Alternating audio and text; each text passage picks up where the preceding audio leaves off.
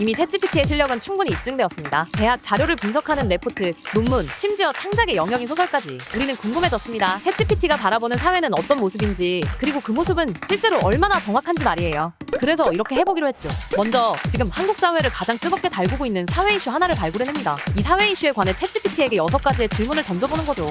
언제, 어디서, 누가, 어떻게, 왜, 무엇을? 과연 챗GPT는 우리의 질문에 제대로 된 답을 할 수 있을까요? 우리 뇌에는 거울 뉴런이라는 것이 있습니다. 타인의 감정이나 행동을 따라하고 공감할 수 있도록 만들어주는 것이 이 신경세포죠. 그런데 이 거울 뉴런이 특정인에게는 비활성화될 수도 있다는 사실 알고 계시나요? 자신의 거울 뉴런이 활발하게 작동되고 있는지 궁금하신가요? 여기 간단하게 알아볼 수 있는 방법이 있습니다. 자, 손가락을 들어보세요. 그리고 자신의 이마 위에 대문자 2를 한번 써보세요. 쓰셨나요? 지금 여러분이 쓴 이는 어느 방향을 향하고 있나요? 이 테스트는 2007년 노스웨스턴대 갤린스키 심리학 교수가 실행한 알파벳 2실험입니다. 알파벳 2실험에 참여한 사람들은 딱 두 부류로 나뉘어집니다. 첫 번째는 타인이 봤을 때 이마에 쓴 이가 똑바로 보일 수 있도록 이를 반대로 쓴 집단입니다. 두 번째는 자신에게 편한 방식으로 이를 쓴 사람들입니다. 아마 남이 봤을 때는 그들이 쓴 이는 뒤집힌 이로 보이겠죠. 눈치채셨나요? 맞습니다. 두 번째 집단은 첫 번째 집단에 비해 거울 뉴런이 비교적 덜 활성화되어 있었습니다. 그리고 자신이 권력자라고 생각할수록 두 번째 집단처럼 이를 쓴 사람이 많았어요. 알파벳 2실험은 권력자가 될수록 공감 능력이 떨어지고 타인의 생각을 덜 하게 된다는 것을 입증해주는 대표적인 실험이 되었습니다. 그리고 한국 사회에서 이것은 갑질이란 이름의 형태로 나타나게 되죠. 나는 권력자가 아니니까 갑질할 일도 없지라고 생각하셨나요? 글쎄요. 우리는 언제 어디서든 갑질을 할 수 있는 위치에 서 있습니다. 심지어 집이라 생각한 곳에서도요.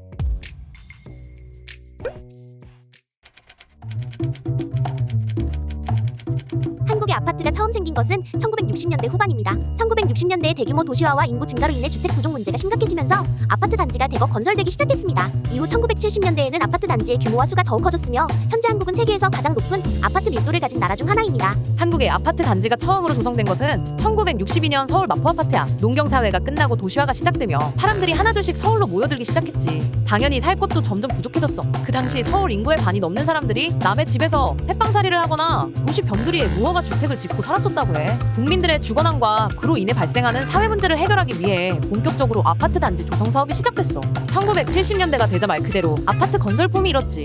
중상류층을 노린 큰 평형의 한강 맨션이 아파트는 편리하고 고급스러운 곳이라는 인식을 만들었거든. 그때부터 본격적으로 우리가 아는 지금의 아파트 단지 모습을 갖추기 시작한 거야. 반포, 여의도, 잠실 등 전국에서 학교, 시장, 어린이 놀이터, 조경지역, 주차장 등 편익시설을 갖춘 대규모 아파트 단지들이 들어섰어. 아파트 경비인이라는 직업도 이때부터 서서히 등장했고, 그리고 놀랍게도 이 직업은 등장과 동시에 아파트 단지 을이 되어버렸지.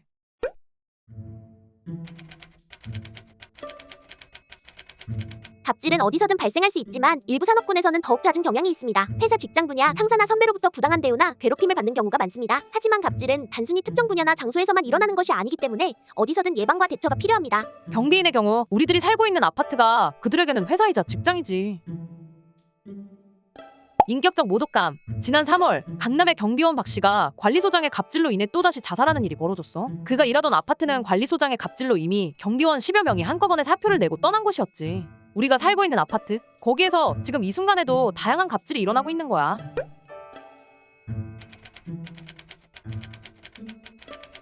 아파트 경비원의 고용 유지는 해당 아파트 단지를 운영하는 관리회사나 건설주 등의 결정에 따라 달라집니다. 보통은 아파트 단지 건설주나 관리회사가 경비원을 고용하고 유지하는 경우가 많습니다. 이 경우 건설주나 관리회사가 경비원을 고용하기 위해서는 경비원의 인적사항, 경력, 자격증, 면접 등을 검토하고 최종적으로 채용을 결정합니다. 글쎄, 챗GPT가 한 말이 완전히 틀린 말은 아닌데 진짜 현실을 반영하지는 못한 것 같네. 요즘 아파트들은 관리업체에게 아파트 관리를 위탁하고 있거든. 여기까지는 챗GPT의 말이 맞아. 그런데 현실에서는 이 다음 단계가 또 있지. 이 아파트 관리를 위탁받은 관리업체가 용역업체에 일을 한 번 더 맡기고 있거든. 우리가 보는 경비원들은 이 용역업체와 근로계약을 맺은 사람들인 거야. 경비원 입장에서 보면 눈치를 살펴야 하는 상사가 몇 단계나 있는 거야. 심지어 입주민으로 구성된 입주자 대표회의까지 신경 써야 하지. 입주자 대표와 근로계약을 맺은 것은 아니지만 이것도 자신의 고용 상태를 좌지우지할 수 있는 곳이니까. 입주자 대표가 경비원을 내쫓았다는 이야기 뉴스에서 몇 번 봤었지? 어떻게 고용인도 아닌 사람이 근로계약을 마음대로 할 수 있었을까? 그건 앞에서 본 것처럼 경비원들이 하청에 하청을 거쳐 고용되어 있기 때문이야. 이들 중에는 3개월 단위의 초단기 근로로 계약을 맺은 경비원도 22%나 되지. 용역업체의 관리소장, 입주민으로부터 갑질당하는 매 순간이 경비원에게는 자신의 밥줄이 뒤흔들리는 시험대인 거야.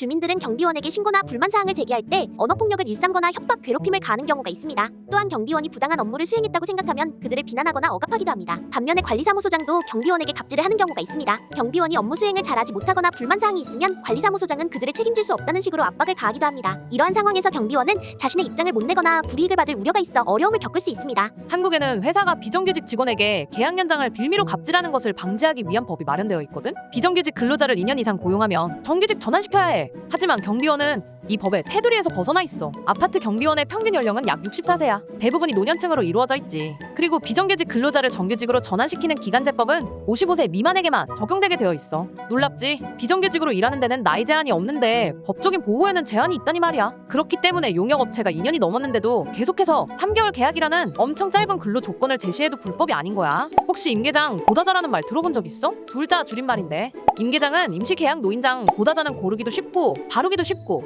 자르기도 너무 쉽다라는 뜻이야. 둘 다 경비원을 칭하는 표현으로 사용되고 있어. 계약 기간이 짧으니까 용역업체는 경비원을 굳이 보호할 필요가 없지. 문제가 생기거나 시끄럽게 굴면 바로 계약 연장을 중단해버리면 되니까. 당장 생계가 급한데 누가 부당한 일에 목소리를 높일 수 있겠어. 이렇게 회사도 법도 국가도 경비원을 보호해주지 않는 것이 현실이야.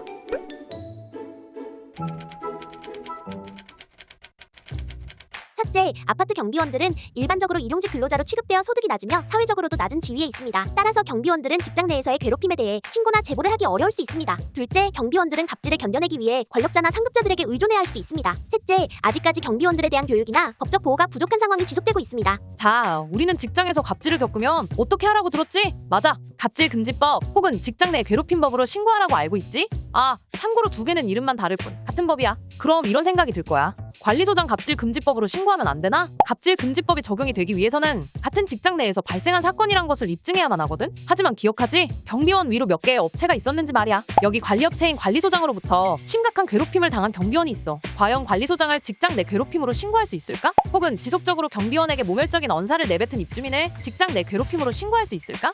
관리사무소장, 입주민 모두 근로계약으로 보자면 경비원과 같은 회사가 아니야. 그 말은 갑질방지법이 적어도 경비원들에게는 무용지물이란 거지. 지난 2020년 서울 강북구에서 발생한 경비원 최희석 씨의 자살로 경비원 갑질방지법이란 것이 생기긴 했거든. 그런데 이게 처벌 조항이 없어. 입주자가 경비원에게 부당한 지시나 명령을 내려서는 안 된다라고 명시해놓고 막상 법을 어기고 나면 어쩔 수 없지라는 식인 거야. 신고를 해도 가해자 처벌이 힘들고 보상받기도 어려운데 괜히 시끄럽게 일 키웠다고 해고당하면 당장 먹고 살 길이 막막한데 누가 부당함에 목소리를 높이고 자신의 권리를 주장할 수 있겠어?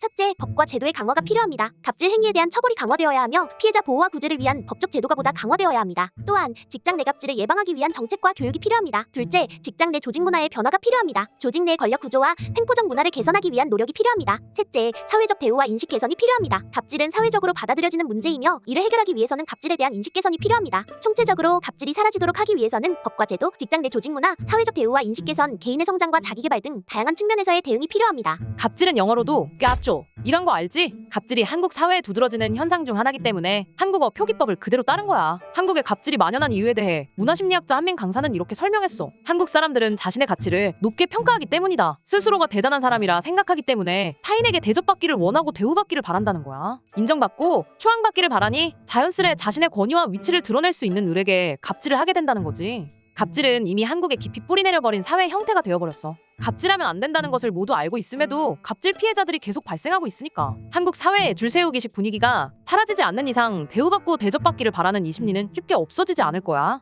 그렇기 때문에 갑질 피해를 막기 위한 가장 현실적인 방법은 법적 제도를 마련하는 거야. 예를 들어 경비원 단기 계약을 없애고 근로계약을 최소 1년 이상으로 하게 만드는 거지. 그러면 경비원들의 고용도 안정되고 계약 연장을 빌미로 갑질하는 일도 줄어들 수 있지 않겠어? 앞서 나왔던 경비원 갑질 방지법에 처벌 규정을 넣는 것도 있어. 이 법은 지금 300세대 미만 아파트에는 적용되지 않는다는 취약점이 있거든. 이런 제한도 없애고 실질적인 처벌에 대해 명시한다면 아파트 입주민들의 갑질로부터 경비원을 더 보호할 수 있을 거야. 마지막으로 관리소장. 관리소장의 갑질은 갑질 방지법에 원청회사를 포함시키는 것으로 해결할 수 있을 것 같아. 직접 계약을 맺고 있지는 않지만 현장에서 경비원에게 직접 일을 시키는 것은 관리소장이잖아. 갑질 방지법에 용역업체뿐만 아니라 관리업체까지 포함시킨다면 그들도 어느 정도 법에 눈치를 보게 되지 않겠어? 자, 이렇게 오늘은 챗GPT와 함께 경비원 갑질의 원인과 해결 방안에 대해 분석해봤어. 결론을 세 줄로 정리해보자면 1. 경비원은 근로계약과 갑질 피해에 대해 법적으로 전혀 보호받지 못하는 위치에 있다. 2. 한국 사회의 특성상 갑질은 계속해서 발생할 것이다. 3. 갑질 처벌법을 강화하지 않는 이상 경비원 자살과 같은 피해는 또다시 반복될 가능성이 높다.